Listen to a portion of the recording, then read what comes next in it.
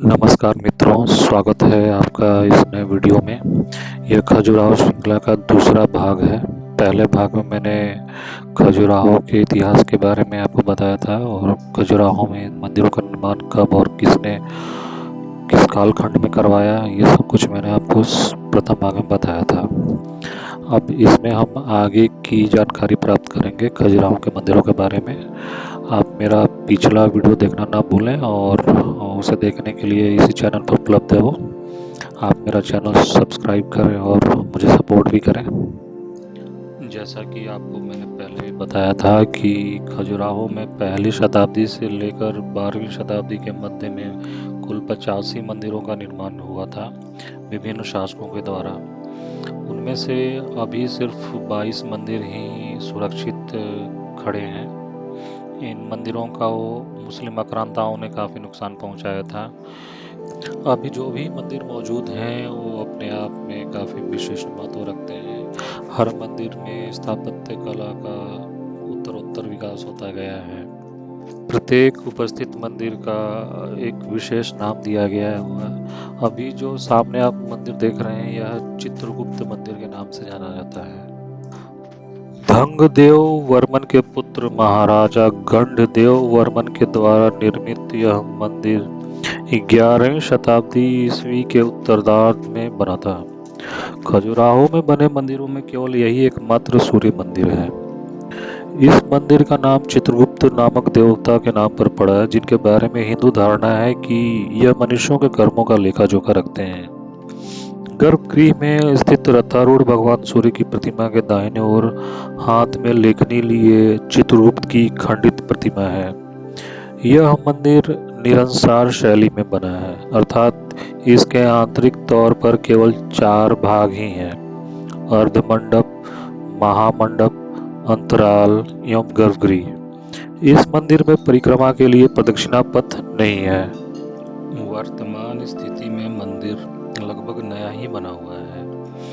मंदिर का पहला हिस्सा 1920 के लगभग महाराजा छतरपुर के द्वारा नया बनवाया गया था। बाह्य रूप से गर्भगृह के ऊपर का शिखर एवं कई स्थानों पर प्रमुख दीवार भी ईंट तथा चूने के द्वारा जोड़कर फिर से बनाई गई है। इस मंदिर में प्रमुखतः छोटी प्रतिमाओं की एक लाइन तथा बड़ी प्रतिमाओं की 3 लाइनें हैं। इनमें से सबसे ऊपर की लाइन में प्रतिमाएं मध्यम आकार की लगभग 1 फुट ऊंची हैं। शाल भंजिकाओं एवं अभिसारिकाओं की प्रतिमाओं के अलावा विभिन्न आलिंगनों से युक्त प्रतिमाएं इस मंदिर की विशेषता है। मंदिर के प्रमुख आलों में दक्षिण की ओर से नीचे वाले आले में भगवान विष्णु को 11 सिरों के साथ दिखलाया गया है, जिनमें उनके 10 अवतारों को उनके प्रमुख सिर के साथ अंकित किया गया है। इसके ही ऊपर ब्रह्मा एवं ब्रह्माणी की भी बहुत सुंदर प्रतिमा महाराज लीला मुद्रा में बैठे हुए दिखलाई गई है। वेदी बंध एवं प्रमुख दीवार के बीच में इस मंदिर में भी छोटी छोटी प्रतिमाओं की 2 लाइनें मिलती हैं, जिसमें इस युग के जीवन की झांकियां हैं। समृद्धि का समय होने के कारण इन लाइनों के छोटे छोटे पैनलों में ऐसे दृश्यों का चित्रण हुआ है जो कि एक समृद्ध समाज में होते हैं। नृत्य, संगीत, रासलीला व तरह तरह के उत्सव का चित्रण बहुतायत से हुआ है। विवाह इत्यादि के दृश्य, राज्यसभाओं के दृश्य इत्यादि उल्लेखनीय है। मंदिर के दूसरे आले, जिसमें भगवती चामुंडा की मूर्ति है, के दाएं ओर इन छोटी मूर्तियों की ऊपरी लाइन में एक दृश्य है जिसमें शिल्पकार ने दर्शाया है कि किस प्रकार से मंदिरों के पत्थरों को 30 किलोमीटर की दूरी से यहाँ तक कंधों पर ढो ढो कर लाया गया था। पूर्वी कोने के 3 पैनलों में पूर्णिमा की रात्रि के सामूहिक संभोग के दृश्य विशेष उल्लेखनीय हैं। इनमें दूसरे पैनल के मध्य में तांत्रिकों द्वारा पंचमकार के निर्माण की क्रिया को दिखलाया गया है कि किस प्रकार वह पंचमकार बनाया करते थे एवं इस पंचमकार को पीने के उपरांत विभिन्न मुद्राओं में सामूहिक मैथुन को संपन्न किया करते थे। आगे चलकर आखेट के दृश्य मिलते हैं। फिर एक संगीत के अध्यापक को अपने शिष्यों को नृत्य एवं संगीत की शिक्षा देते हुए दिखाया गया है। यहीं घोड़ी के साथ संभोग करते हुए सैनिक की सबसे विचित्र प्रतिमा भी है। क्योंकि युद्ध के मैदान में स्त्रियां नहीं होती थीं, इसलिए यदा कदा सैनिक इन छोटे कद की घोड़ियों का प्रयोग करते थे। और आगे चलने पर एक धर्म उपदेशक को अपने शिष्यों को धर्म उपदेश देते हुए दिखलाया गया है। इसके कुछ आगे चलकर विवाह का दृश्य है। यहाँ फिर सैनिक सामंतों को आवागमन करते हुए दिखलाया गया है। जहाँ उन्हें जंगल से होकर जाते हुए दिखलाया गया है, वहाँ जंगल की स्थिति दिखलाने के लिए उनके पांव के पास जंगली जानवरों के सुअरों, हिरनी इत्यादि का चित्रण किया गया है। दक्षिण पश्चिमी और इस लाइन से प्रमुखतः सैनिक सामंतों का आवागमन एवं आखेट इत्यादि ही दिखलाया गया है। उत्तर की ओर प्रमुखतः युद्ध इत्यादि के ही यह दृश्य ज्यादा है। उत्तरी पूर्वी कोने में दो राजाओं को स्नान के पूर्व ललित आसन मुद्रा में बैठे हुए दिखलाया गया है। पूर्वी और लक्ष्मण वर्मन को शयन करते हुए दिखलाया गया है।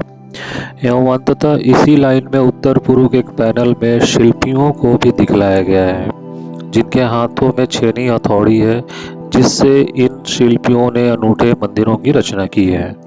कतारों के मध्य की मूर्तियां प्रमुखतः चतुर्भुजी हैं, अर्थात देव प्रतिमाएं हैं। ऊपर की कतार में विष्णु तथा नीचे की कतार में शिव की प्रतिमाएं अपने विशेष चिन्हों यथा विष्णु शंख, चक्र, गदा, पद्म एवं शिव त्रिशूल, नाग, रुद्राक्ष की माला व कमंडल के साथ प्रमुखतः अभय तथा वरद मुद्राओं में दिखलाए गए हैं। इन चतुर्भुजी देव प्रतिमाओं के दोनों ओर संसार प्रसिद्ध सुर सुंदरियों, देवदासियों, नाग कन्याओं इत्यादि की विभिन्न भाव भंगिमाओं में प्रतिमाएं हैं। इनमें से दक्षिण पूर्वी कोने की विष्णु के दाहिनी ओर की नायिका आलस मुद्रा में, उसी के नीचे शिव के दाहिने ओर की नायिका आलस मुद्रा में, उसी के नीचे शिव के दाहिने ओर की नायिका स्नान के बाद बालों को निचोड़ते हुए तथा इसी कोने में द्रष्टव्य ऊपर की एक कतार में प्रेम पत्र लिखते हुए नायिका का चित्रण विशेष उल्लेखनीय है। आगे बढ़कर हम आल की कार्तिकेय भगवान की मूर्ति को पार करते हुए मंदिर की मध्य दीवार को भी देखते हैं। नायिकाओं में ऊपर की कतार में जहां देव तथा गंधर्वों को दिखलाया गया है, उसके दाहिनी ओर ही कालिदास की नायिका शकुंतला का चित्रण किया गया है, जो कि अपने बालों को निचोड़ रही है। एवं उसके पांव के पास है हंसों के एक जोड़े को दिखलाया गया है, जो कि इस धोखे में है कि शकुंतला के शरीर से पानी की बूंदें नहीं वरन मोती टपक रहे हैं, उन्हें चुगने को चले आए हैं। यह कल्पना कवि कालिदास ने अपने ग्रंथ अभिज्ञान शकुंतला में की है कि शकुंतला इतनी सुंदर थी कि जब वह स्नान कर सरोवर से निकलती थी तो पानी की बूंदें उसके शरीर पर यूं प्रतीत होती थीं जैसे मोती, और हंस उसके पीछे दौड़े चले आते थे। देव गंधर्वों के बाएं ओर की एक नायिका का चित्रण है, जो कि एक उत्तरीय शरीर पर धारण किए हुए है तथा उसके अतिरिक्त वह पूर्ण नग्न है। इसके हाथों में भिक्षा पात्र तथा एक दंड है।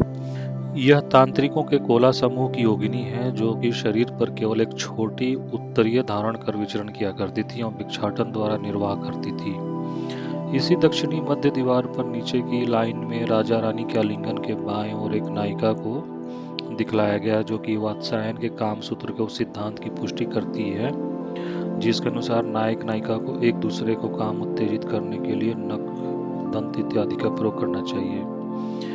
इसी प्रतिमा के दाहिने ओर शिव की प्रतिमा के पश्चात एक देवदासी का चित्रण है, जो कि अपने दाएं हाथ पर एक तोता को बिठाए हुए है। अब जो हम आपको मंदिर ले जा रहे हैं, यह विश्वनाथ मंदिर है। ये सामने जो मंदिर आपको दिख रहा है, यह विश्वनाथ मंदिर के नाम से जाना जाता है। यह मंदिर लगभग 1002 ईस्वी में महाराजा घनदेव वर्मन के द्वारा ही निर्मित किया गया था। महाराजा घनदेव वर्मन के समय में चंदेला राज्यवंश ने उन्नति की और अपनी समृद्धि के शिखर पर पहुंचे। घनदेव वर्मन ने इस मंदिर का निर्माण काशी को विजित करने के उपरांत करवाया था। बाहर से देखने पर सर्वप्रथम भगवान श्री गणेश की एक प्रतिमा मिलती है, जो यहाँ जैसे धर्म उपदेश देते हुए ज्ञान मुद्रा में दिखलाए गए हों तदनंतर आगे के प्रमुख आलों में सप्त मातृकाओं तथा चामुंडा, इंद्राणी, वराही, वैष्णवी, कौमारी, माहेश्वरी व ब्रह्माणी का चित्रण है। अंत के आले में नटेश्वर रूप में भगवान शिव का ही चित्रण हुआ है। वेदी बंध एवं प्रमुख दीवारों के बीच में इस मंदिर में भी छोटी छोटी प्रतिमाओं की 2 लाइनें मिलती हैं, जिसमें इस युग के जीवन की झांकियां हैं। यह समय भी समृद्धि का समय था तथा इन छोटे छोटे पैनलों में भी ऐसे ही दृश्यों का चित्रण हुआ है जो कि उस समय की समृद्धि को दर्शाते हैं। मंदिर की प्रमुख दीवारों पर देव प्रतिमाओं के दोनों ओर नायिकाओं का विभिन्न मुद्राओं में चित्रण हुआ है। विषय भिन्नता एवं विविधता की दृष्टि से इस मंदिर में लक्ष्मण मंदिर से अधिक प्रतिमाएं हैं। इस मंदिर में नाग कन्याओं का चित्रण नहीं है, हालांकि चंवर डुलाने वाली दासियों का चित्रण हुआ है। केश विन्यास की विभिन्नता एवं तरह तरह के आभूषणों से सुसज्जित यह मूर्तियां बड़ी ही भावप्रवण एवं लक्ष्मण मंदिर से कहीं अधिक प्रकार के भावों को दिखलाती हैं। सामने जो आप ये शिलालेख देख रहे हैं, इसमें विश्वनाथ मंदिर के बारे में जानकारी दी गई है। साथ ही यहाँ पर एक नंदी मंडप भी है। यह नंदी मंडप जो है अपने आप में एक अनूठा ही भवन है। इस मंडप की विशेषता यह है कि यह ऊपर से पिरामिड नुमा है और अंदर से इसकी स्थापत्य कला देखते ही बनती है। यह जो देख रहे हैं यही नंदी मंडप है और इसमें देखिए विशालकाय नंदी का चित्रण किया गया है। यह कितना खूबसूरत बनाया गया है कि इसकी छटा देखते ही बनती है। और यह जो नंदी महाराज जो बैठे हुए हैं, इनकी भी कला आप देखिए कितना शानदार बनाया है जिसने भी इसे बनाया। ये ऊपर का जो मंडप का भाग है, जो नीचे से अंदर की तरफ देखते हैं छत की तरफ, वो है। और ये नंदी की जो प्रतिमा है, इसमें काफी बारीकी से इसका निर्माण किया गया है। एक एक भाग को काफी खूबसूरती से उकारा गया है। आप देख सकते हैं कितना शानदार स्थापत्य का नजारा है यह। इसके सामने ही विश्वनाथ मंदिर है और इस नंदी का मुख शिवलिंग की तरफ है। तो ये जो सामने जो मंदिर दिख रहा है, यही विश्वनाथ मंदिर है। तो आइए अब इस मंदिर के अंदर भी हम चलते हैं। विश्वनाथ मंदिर के अंदर लगभग लक्ष्मण मंदिर के सदृश ही 5 भाग हैं। प्रारंभिक भाग में मकर तोरण नहीं है, जो कि निश्चित ही बना तो था, पर समय के साथ टूटकर गिर गया या निकाल ली गया। महामंडप लगभग लक्ष्मण मंदिर के ही समान है। गर्भगृह में शिवलिंग है एवं प्रदक्षिणा पथ में अष्टदिक्पालों की प्रतिमाएं हैं। लक्ष्मण मंदिर के सदृश ही इस मंदिर में भी 5 प्रमुख अहाते वाले झरोखों की व्यवस्था है, जिनमें से 2 महामंडप से जुड़े हुए हैं तथा 3 पीछे की ओर से एवं प्रदक्षिणा पथ से देखे जा सकते हैं। ये सामने आप इसमें मौजूद शिवलिंग को देख सकते हैं। काफी खूबसूरत शिवलिंग है। जय महाकाल। प्रदक्षिणा पथ पर ही 5 प्रमुख अहाते वाले झरोखों की व्यवस्था है, जिसे पुरातत्व विभाग ने अब इन्हें लोहे की जाली लगाकर बंद कर दिया है, किंतु पुराने समय में इनका उपयोग पुजारियों एवं देवदासियों के द्वारा बैठने के लिए किया जाता था। यहाँ बैठकर वह दृश्य अवलोकन व या धार्मिक चर्चाएं किया करते थे। यहाँ बैठकर वाचक श्रोताओं को पुराण इत्यादि की कथाएं भी सुनाया करते थे। ऐसी निराधार मंदिर की बाह्य दीवारों पर दर्शाए गए इन झरोखों में दिखलाया गया है। आंतरिक मंदिर के प्रमुख आलों में दक्षिण की ओर अंधकासुर का वध करते हुए भगवान शिव का चित्रण है। पश्चिम की ओर नटराज एवं उत्तर की ओर अर्धनारीश्वर रूप में भगवान शिव को अंकित किया गया है। लक्ष्मण मंदिर के सदृश ही यहाँ भी मंदिर की बाह्य पीवल के मध्य भागों में मैथुन की प्रतिमाएं हैं, जहां 2 से अधिक लोगों की उपस्थिति क्रिया के अनुष्ठान के रूप में संपन्न होते हुए दिखलाए जाने की द्योतक है। मंदिर की छोटी प्रतिमाओं वाली लाइनें विशेष तौर से देखने योग्य हैं। इनमें इस युग का विशेष चित्रण हुआ है, जो अन्य मंदिरों की अपेक्षा ज्यादा समृद्ध है। खजुराहो के मंदिरों की दीवारों पर उत्कीर्ण मैथुन की प्रतिमाएं विद्वानों के बीच हमेशा उत्सुकता का कारण रही हैं कि एक धार्मिक स्थल पर इस तरह की मूर्तियों का क्या औचित्य है। किस प्रेरणा से प्रेरित होकर शिल्पकार ने इनका अंकन किया एवं राजाओं ने उन्हें प्रोत्साहित किया। कुछ विद्वान इसे उस समाज में नैतिक मूल्यों के प्रति उदासीनता एवं चरित्रहीनता के कारण बनाए गए कहते हैं, तो कुछ इसे कामसूत्र में वर्णित आसनों व आलिंगनों का चित्रण मानते हैं। इस युग में शिल्पकला ही इस तरह की अभिव्यक्तियों का माध्यम थी, इसलिए जनसाधारण तक कामसूत्र के सिद्धांतों को पहुंचाने के लिए इनका अंकन किया गया। कुछ विद्वानों का मत है कि यह इस युग में एक समुदाय विशेष के क्रियाकलापों का चित्रण है, जो कि योग की तरह भोग को भी मोक्ष का एक मार्ग मानते हुए भोग की इस क्रिया को धार्मिक अनुष्ठान या पूजा पाठ की तरह ही संपन्न किया करते थे। एक कारण यह प्रतीत होता है कि जिस युग में यह मंदिर बने थे उस युग में अर्थ, धर्म, काम एवं मोक्ष इन 4 पुरुषार्थों की सिद्धि करना ही मनुष्य के जीवन का लक्ष्य माना जाता था। इन मंदिरों पर इन्हीं चारों पुरुषार्थों का चित्रण हुआ है एवं अन्य सभी दृश्यों के साथ काम के दृश्य भी मंदिर के दीवारों पर उत्कीर्ण किए गए हैं। 2 मान्यताएं बताती हैं कि मंदिर को बिजली से बचाने के लिए इस प्रकार के दृश्यों का अंकन इन मंदिरों पर हुआ। एक के अनुसार बिजली एक देवी है जो कि अविवाहित है, इसलिए लज्जावश वह ऐसे स्थलों पर नहीं आएंगी जहां इस प्रकार के मैथुन के दृश्य होंगे। दूसरी मान्यता है कि भगवान इंद्र, जो कि स्वर्ग के राजा होने के साथ ही वर्षा एवं बादलों इत्यादि के देवता हैं, वो बहुत ही रसिक प्रकृति के हैं, इसलिए उस युग के लोगों ने इस तरह के मंदिरों का और मूर्तियों का निर्माण किया ताकि इन्हें देखकर इंद्र प्रसन्न होवें और बिजली, जो उन्हीं के वज्र का एक रूप है, मंदिरों के ऊपर न गिरने दें ताकि मंदिर नष्ट होने से बचे रहें। किंतु लगता है अब पुरातत्व विभाग को इन मान्यताओं पर कोई विश्वास नहीं रह गया है, इसलिए ही उन्होंने सभी बृहत मंदिरों में तड़ित चालक लगवा दिए हैं।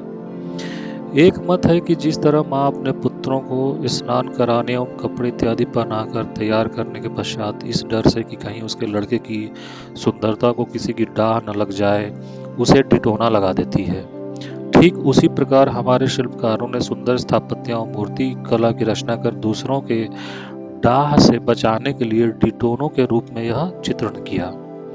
किंतु यह मत बिल्कुल ही उपयुक्त प्रतीत नहीं होता, क्योंकि मैथुन के यह दृश्य डिटोनों जैसे कुरूप न होकर बहुत ही सुंदर एवं भावप्रवण बने हैं और इन्हें डिटोना कहने से विशेष आभूषण कहना ज्यादा उपयुक्त है।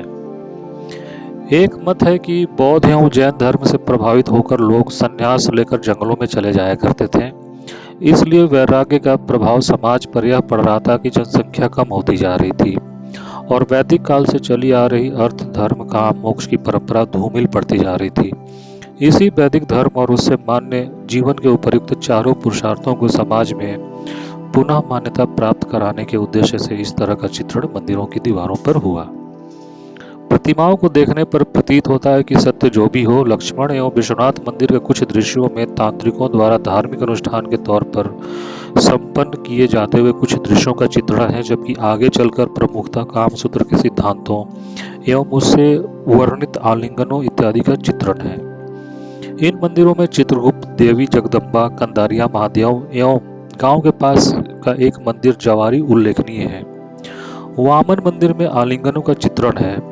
जैन मंदिरों में तो सिद्धांततः ही इस तरह का चित्रण वर्जित है, पर फिर भी पार्श्वनाथ मंदिर में अपवाद के तौर पर 2 आलिंगनों के दृश्य एवं एक नग्न रहित मूर्ति का चित्रण हुआ है। दक्षिणी मंदिर समूह में चतुर्भुज मंदिर इस तरह की मूर्तियों से रहित है एवं दूल्हादेव मंदिर में कुछ और विशेष प्रकार के दृश्य दिखाई देते हैं। मंदिरों के पश्चिमी समूह के बाहर इस तरह का मैथुन की संबंधित प्रतिमाओं को दिखलाने के लिए जवारी एवं दूल्हादेव मंदिर ही उल्लेखनीय मंदिर हैं। वैसे तो यह भी सत्य है कि खजुराहो एकमात्र ऐसा स्थान नहीं है जहां इस तरह का चित्रण हुआ है।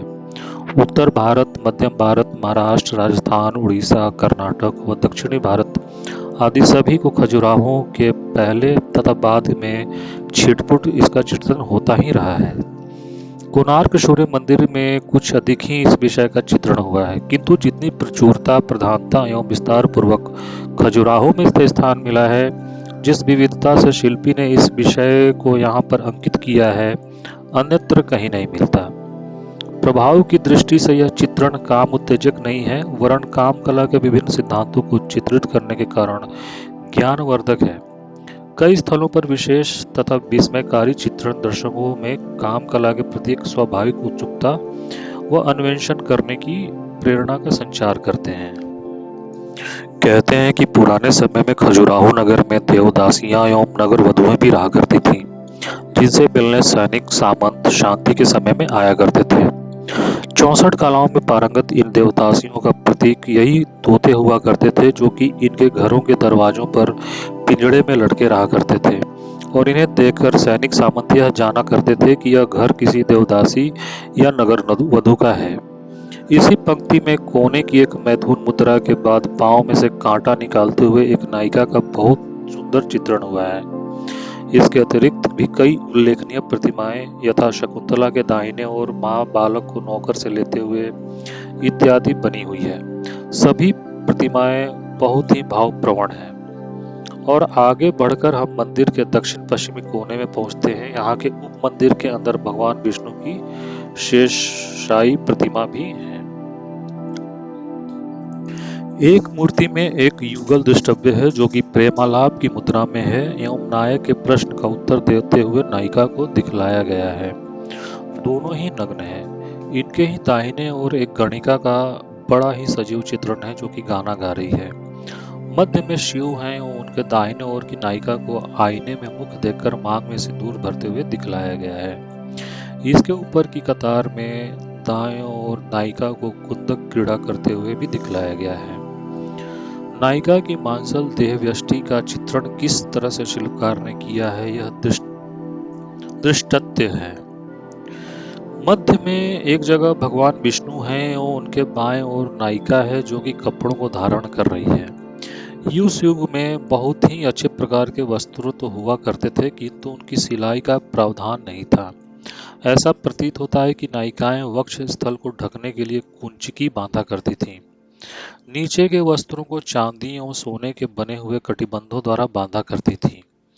दक्षिण पश्चिमी कोने में तांत्रिकों में से कपालिक समूह की एक नायिका का चित्रण नीचे की लाइन में विष्णु के दाहिने ओर हुआ है, जिसके हाथ में दंड में कपाल भी बना हुआ है। इसके अतिरिक्त इस कोने में एक युगल एक आलस मुद्रा में अंगड़ाई लेते हुए एक नायिका भी उल्लेखनीय है। कोने की छोटी लाइनें भी दर्शनीय हैं, जिनमें युद्ध, शिव पूजन, आखेट एवं मैथुन इत्यादि क्रियाओं के दृश्य दिखलाए गए हैं। एक प्रमुख मंदिर की उत्तर पश्चिमी दीवार पर भी प्रसिद्ध प्रतिमाओं में पश्चिमी कोने पर स्नान करते हुए अपनी पीठ को स्पर्श करने का प्रयास करते हुए एक नायिका बहुत ही सुंदर है। इसी के और दाहिने ओर शिव के उपरांत एक नायक एवं नायिका को खरजरी की सूरा यानी कि ताड़ी का पान करते हुए दिखलाया गया है। दोनों के भावों से लगता है कि दोनों ही मदमस्त हैं। इन्हीं के पार्श्व में ताड़ का वह वृक्ष भी दिखलाया गया है, जिससे प्राप्त सूरा का वह पान कर रहे हैं। उत्तर पश्चिमी कोने में एकदम कोने की नीचे की लाइन की दीवार पर पुताई करते हुए नायिका एवं ऊपर की लाइन की काम विवल नायिका, जहां वह अपने कपड़ों को अलग करते हुए दिखलाई गई है, उल्लेखनीय है। और आगे बढ़ते हुए मंदिर की उत्तरी मध्य दीवार पर दक्षिणी मध्य दीवार की भांति सबसे ऊपर मध्य में अग्नि देवता है। उनके नीचे चंद्रमा एवं हेमवती को दिखलाया गया है। यह प्रतिमा उस किंवदंती को समर्थन करती है, जिसके अनुसार चंद्रमा हेमवती के सौंदर्य से आकर्षित होकर पृथ्वी पर अवतरित हुए थे, जिसके बारे में मैंने आपको पिछले वीडियो में भी बताया है। यह कहानी देखने के लिए उस वीडियो को आप देख सकते हैं। हेमवती के बाएं हाथ में दूज का एक चांद दिखलाया गया है, क्योंकि धारणा है कि चंद्रमा पृथ्वी पर दूज की रात्रि को ही अवतरित हुए थे। उसके नीचे ही मध्य में राजा रानी तांत्रिक एवं योगिनी का वह समूह है, जो दक्षिण की ओर था। यहाँ तांत्रिक के साथ एक उपनायिका एवं अन्य पुरुष की उपस्थिति भी दिखलाई गई है। यह मैथुन संबंधी उसी अनुष्ठान की आगे की क्रियाओं का चित्रण है, जो दक्षिणी ओर दिखलाया गया है। यहाँ की कुछ और उल्लेखनीय प्रतिमाओं में दाहिने और एकदम कोने में एक युगल को दिखलाया गया है, जो कि एक हाथ से नायिका को आलिंगन में लिए हुए है एवं दूसरे हाथ में एक छड़ी लिए हुए है बंदर को भगा रहा है। नायिका बंदर से डरकर नायक के पास आई है और नायक उसे आश्वासन दे रहा है। इसी के नीचे की कतार में बाएं ओर नायक नायिका को मदिरा पान कर नृत्य करते हुए भी दिखलाया गया है। मंदिर के इसी उत्तरी मध्य में वेदी बंध के ऊपर जहां हाथियों की लाइन है, बाएं और के कोने में एक प्रतिमा उल्लेखनीय है जहां एक तांत्रिक को एक नायिका के साथ एक विशेष मैथुन मुद्रा में दिखलाया गया है एवं हाथी उनकी ओर देखकर जैसे कि हंस रहा है। इस प्रतिमा की विशेषता जिसने इस पूरे संसार में प्रसिद्ध कर रखा है, तांत्रिक के द्वारा नायिका की पीठ पर काम के बिंदु को खोज करना है। इस काम के बिंदु के शरीर में उपस्थित होने के बारे में प्रचलित एक मत है कि स्त्री और पुरुष के शरीर में काम का एक ऐसा बिंदु होता है जो कि चंद्रमा के साथ शरीर में चढ़ता एवं उतरता रहता है। जब अमावस्या की रात्रि होती है तो यह बिंदु पाँव में होता है।